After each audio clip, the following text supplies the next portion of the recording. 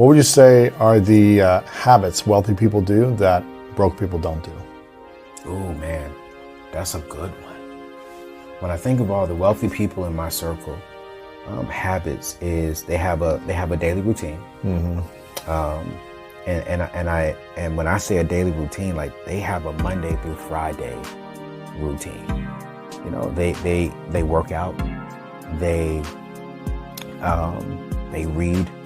One of the things that I've learned over the last few years is when I wake up in the morning, I do my personal Devo every single morning. After that, after I read a Devo, I actually read and study within my particular field. So anything around money, anything around relationships, I'm studying in that, okay? And then from there, I go to the gym. I see a lot of wealthy people are very active and they take care of their body. From there, there's another one, man. They value family. They really value the presence of family. They value Why is that?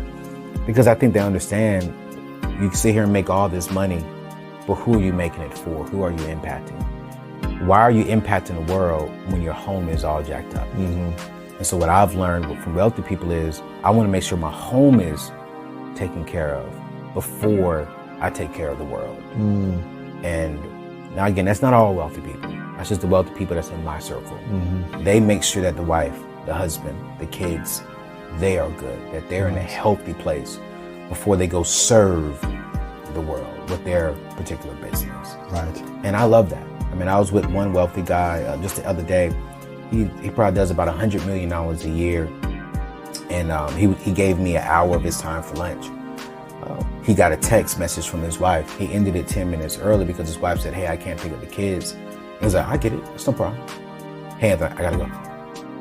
And I was like, wow, I was really looking forward to that last 10 minutes. Right. And he was like, sorry, man, you know, wife can't get the kids. I need to go get them, man. You'll learn that one day. Right, you made the priority.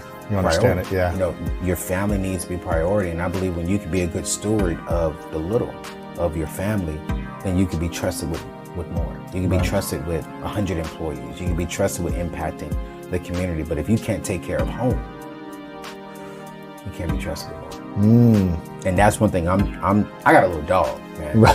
So it's like for me, I take good care of her. I take good care of me. I take care of my home. So that way, you know, I can get the wife, I can get the kids, and I can start practicing taking care of home first. Yes. And then serving people on the outside.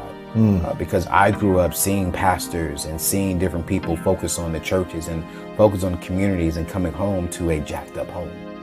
And so I'm seeing wealthy people now, they've created a healthy habit to where now they're focused on family. And families now are building wealth.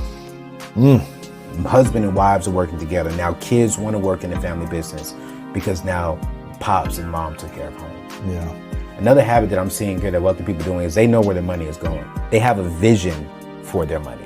So it's not just a budget, but they have a clear vision of, okay, this is where we want to go.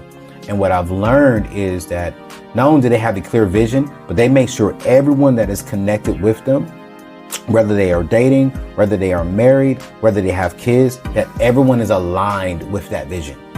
So, okay, if our goal is to make $100 million, cool, great. They have the vision. Here is our goal that gets us to that vision. Here are the daily habits that get us to this goal. So they have a clear vision followed by clear goals, followed by clear daily habits that gets them to the ultimate vision. Yeah. And I'm sitting there amazed. One day I sat in a room and just really watched him put his vision up on the wall and just really backtracked it to today. His vision was 5 years down the road. He updates his vision every 3 months. And he holds himself accountable. Him and his team hold himself accountable to, okay, are we getting closer? Are we making the right decisions? Are we making the right moves to get there? And that's very, very important. And that's something that I'm putting in place now myself. That's cool.